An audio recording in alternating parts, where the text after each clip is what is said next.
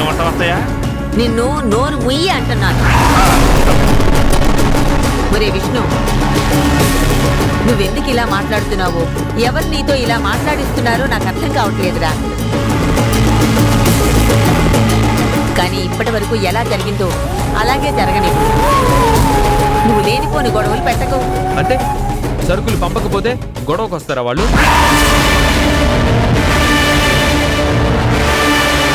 అందరినీ పిలిచి పంచాయతీ పెడతారా? పెట్టమను. ప్రతి నెల అందుకుంటున్నారుగా, ఒక్క నెల పంపవనేసరికి గొడవకు వచ్చేస్తారా వాళ్ళు? అయినా అలాంటి చుట్టరికాలు మనకేం అక్కర్లేదు. మీరు ఎవరు ఏమనుకున్నా సరే ఈ ఇంట్లో మా అమ్మ చెప్పిందే జరుగుతుంది. ఆ తర్వాత ఆవిడ కొడుగ్గా నేను చెప్పిందే జరగాలి. This is final.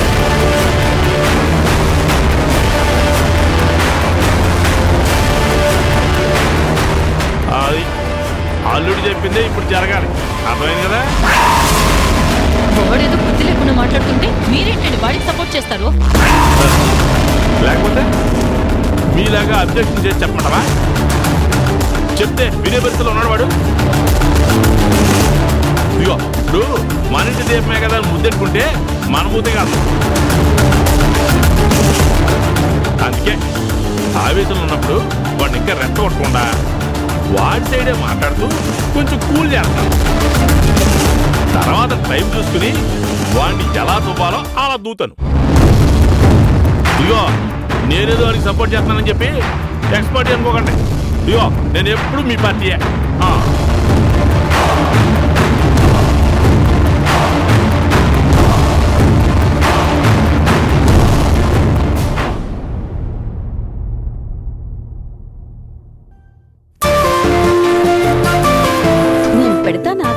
నేను పెడతానన్నాను కదా, ఆగు. వేదా, వేదా, అమ్మా, అంజీ ఈ పాటికి సరుకులు తీసుకురావాలి. ఇంకా తీసుకురాలేదు, వెళ్ళి కనుక్కో. సరే అమ్మా.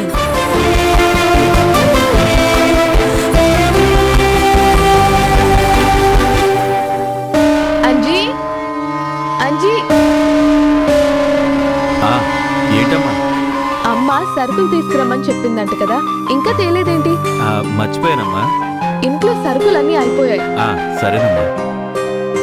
లోపల పెట్టేసిరా. అయిపోతే బయటికి వెళ్ళి కొనుక్కోండి. మమ్మల్ని అడుగుతారేంటి? నిన్నెవరు అడిగారు? ఎవరిని అడిగితే ఏంటి? సరుకులు పట్టుకుపోయేది మా ఇంటి నుంచే కదా.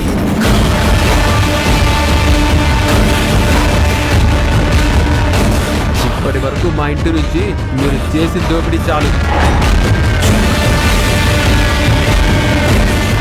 ఇక నుంచి ఇంట్లో నుంచి ఎలాంటి సరుకులు ఆ ఇంట్లోకి రావు.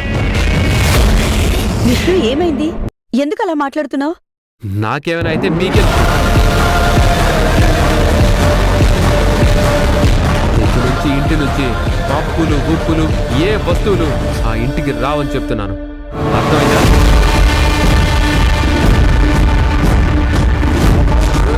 విష్ణు, ఏమైంది? పిచ్చిగాని పట్టిందా? నువ్వెవరు నాకు చెప్పడానికి?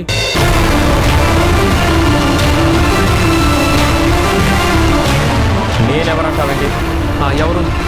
వాళ్ళు నీకేమైనా అవుతారేమో కానీ నాకేమి కారు.